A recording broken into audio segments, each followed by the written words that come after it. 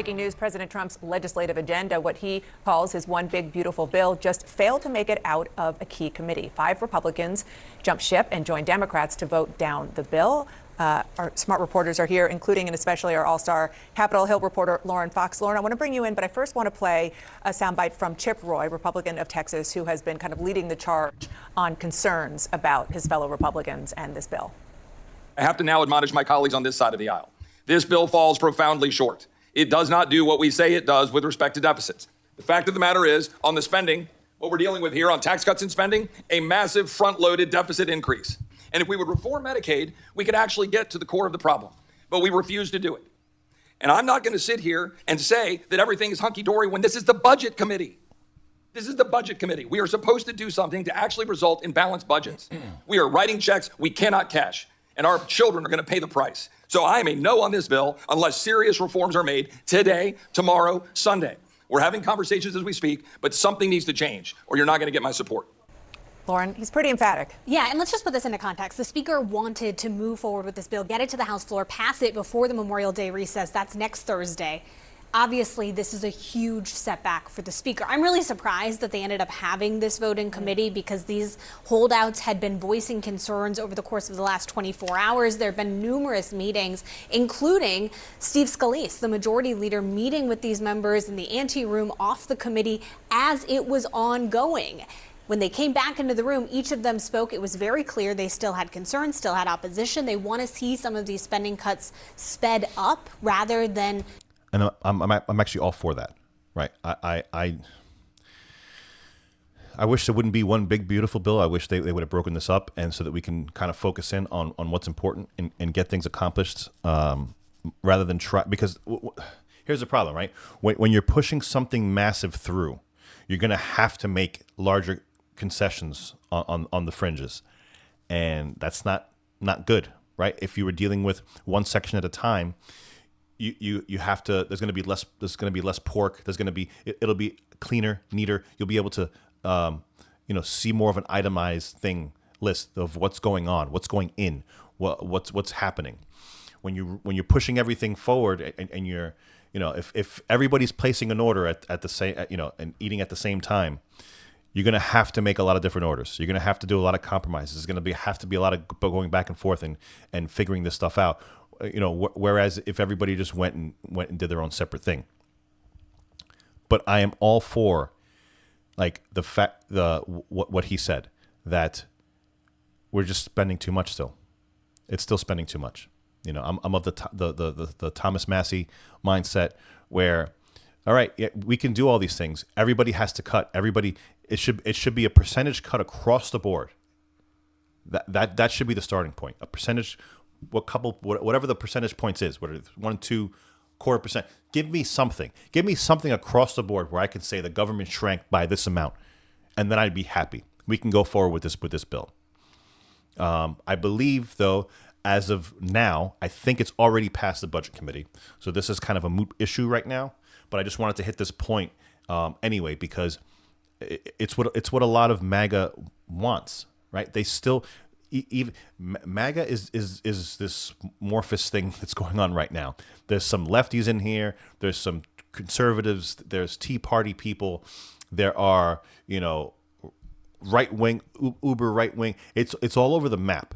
Right, but there's still there's libertarians, but there's still a contingent of people that, for the most part, they think the government's too big. They think it's doing too much, and they want cuts. There are some uber populist MAGA that is still that wants Medicaid to be ramped up and stuff like that. But for the most part, right, we're still talking about a group of people that believe that the government needs to scale things back, and we just want to be fiscally responsible. That's all, and. I don't know how it's going to happen. Again, it's already through budget committee, so we'll see on the other side. Let me see what else they have to offer in this segment. Delayed into later years. There's a reason Republicans did that, because it does take time to implement some of these things, but that's not enough for these Freedom Caucus members. And unlike past budget committees, this budget committee is full of conservatives, and that has really potentially slowed down this process. So the spending cuts and the demand for more and earlier spending cuts is a big part of the reason why this big bill is stuck right now. Another is the fact that to pay for some of the spending cuts that are already in there, the Republicans are putting cuts to Medicaid. Right now, the changes to Medicaid include adding a work requirement for able-bodied adults, implementing stricter eligibility rules, like re-verifying who is eligible every 6 months, adding co-payments, cutting funding for states that allow undocumented people. That last one is the crux of the argument, right? The majority of the cuts are coming from there. Cutting funding for states that allow unenrolled people to enroll, right? Everything else that's there, I think it's, I mean, if you can work, then why wouldn't you work, right? So I don't understand the argument there. Verify recipient eligibility. I don't know how, how much of a problem that's going to be for people, depending upon how, what the requirement is for your eligibility. I don't know if it's just an email. I don't know if you have to go to an office, but whatever it is, why is that a bad thing, right? Why? Okay, you're getting something for nothing off of the taxpayer, off of the back of the taxpayer. Why should you not have to say, hey, yeah, I still need this. I'm still eligible. I don't get why that's an issue. Okay, adding co-pays for some recipients. Well, what are the details in that? Is it a recipient that's working and it has a certain amount of income? Yeah, then maybe they need to have a co-pay. And then in the end, the largest part about these cuts are if you are going to facilitate the massive amount of illegal immigrants going into your cities and countries and saying that it's okay for them to be there, and then turning around and saying, yeah, and by the way, you guys, the taxpayers on the federal side, every single taxpayer in the country now has to help us take care of these people. No, absolutely not. I didn't sign up for that. Maybe you guys did. They're watching. I'm not so sure, but I didn't sign up for that. I don't want more of my money going to people that I don't think should be here, because they shouldn't be here, because they're illegally here, right? So that's how they're getting the spin on this, because they're showing that states like New York, California, all these uber liberal states that are putting all these people on Medicaid, the federal government's going to say, no, sorry, you can't do that anymore. So the money that you're giving to these illegals and you can't verify that they're citizens, we're going to cut that money out. So is it a cut? Absolutely. Is it a warranted cut? Yeah. You're the state. You want these people there. You're not letting us go in and take them out and remove them. So you got to fit the bill. You got to foot the bill. You got to come up with the cash.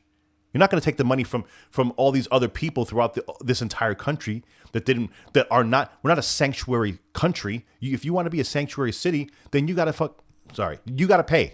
You're the one that has to pay to enroll. I want to go to Tom Foreman, because Tom, you're at the Magic Wall, and I'd like for you to walk through how Medicaid actually works currently, who it covers, and what it costs. Yeah, and think about those changes you just mentioned there as we go through it. When you talk about Medicaid, it is a government health insurance program for low-income and disabled Americans, including children. It's not Medicare, which is generally for older people. Medicaid for people who are struggling. 72 million people, they pay little, if any, out of pocket for their... 72 million people. Does anybody think that's kind of high? Anybody? I mean, 740.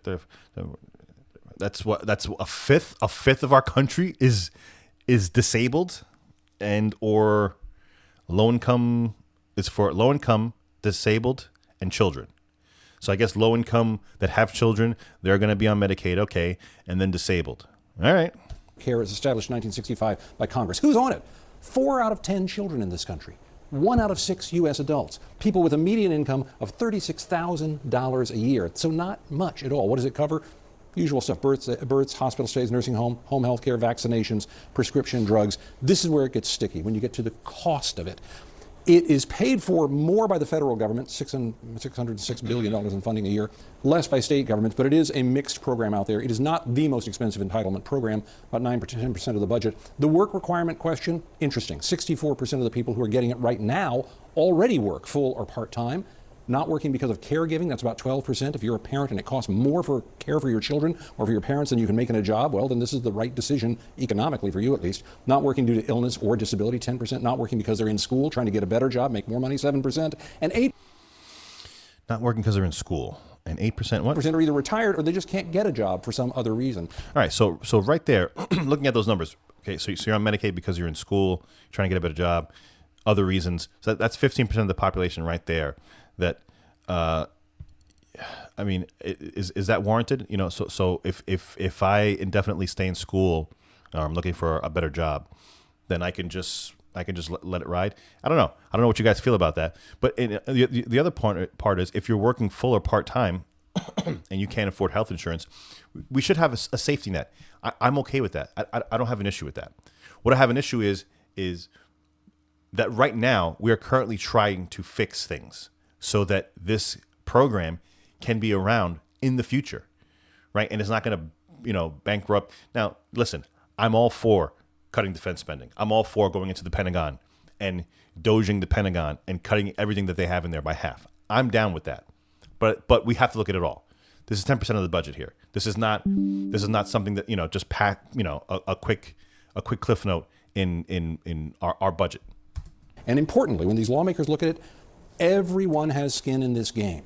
Look, if you look here, the lightest states have the least number of people enrolled by percentage. The darker it gets, the more it's enrolled. But yeah, would this hit big states like California and Oregon that tend to vote blue? Absolutely.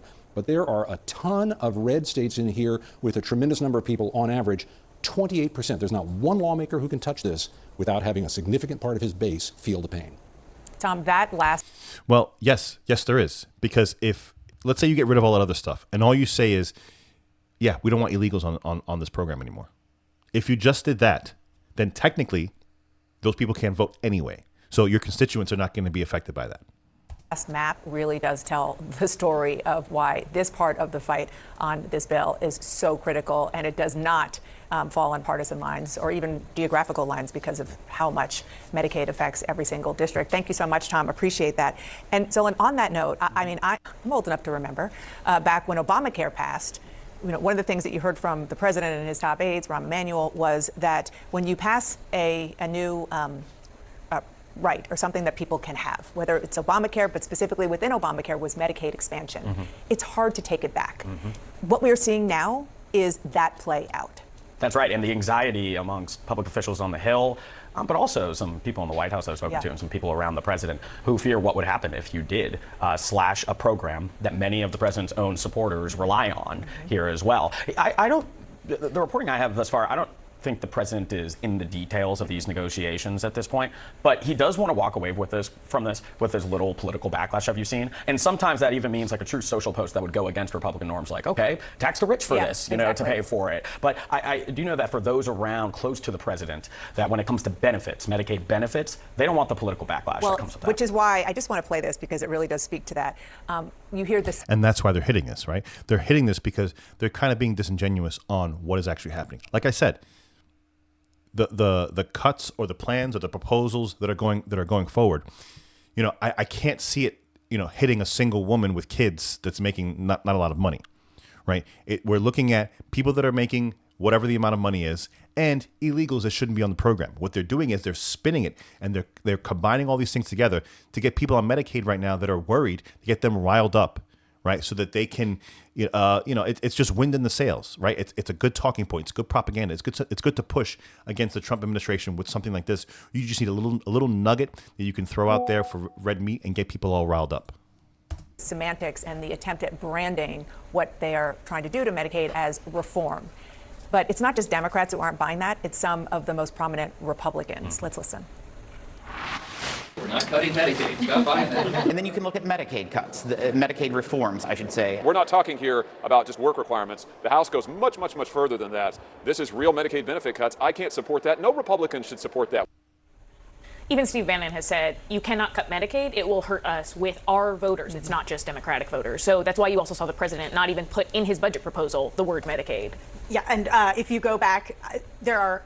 Guys, if you can subscribe, it really helps me out. I keep forgetting to do it. I probably do it too late. Probably lost most of you already by now. But if you're still here, hit the subscribe button and join me for the next video. Numerous instances of President Trump saying, we will not cut Medicaid, precious Medicaid, we will keep Medicaid. Though there is sometimes some nuance in the way he says it, indicating that, he's talking about people who are disabled, children, mothers. The able-bodied thing is where I think he has left a tiny bit of nuance in his rhetoric. And why shouldn't there be nuance in that, right? Why shouldn't there be nuance? If you're able-bodied, what are you doing? Right? I'm not talking about somebody that's a mom that the guy walked away and left her with 3 kids. That's not what we're talking about. If you're the guy that left the 3 kids, why are you getting the Medicaid? You shouldn't be, right? And if you are, you know, I mean, first of all, you're probably not voting anyway, right? If you're that despicable of a person that you left a mom and a bunch of kids, then, you know, I'm guessing they probably don't need your vote anyway because you're not going to be voting. But other than that, yes, that's an issue. If you're able-bodied, you shouldn't be getting these benefits, right? If you're able-bodied, you should be going to an office and they should say, okay, here's a job for you. Well, I don't want that job. Well, then you can't get the benefits. That's it. If at the very least you should be required to have some sort of employment to phase yourself out of the current system, or if your employment isn't adequate enough to maybe cover the prescriptions that you're on, fine. Listen. It's all about working with people on an individual basis. I get it. In a system like this, it's almost impossible to do.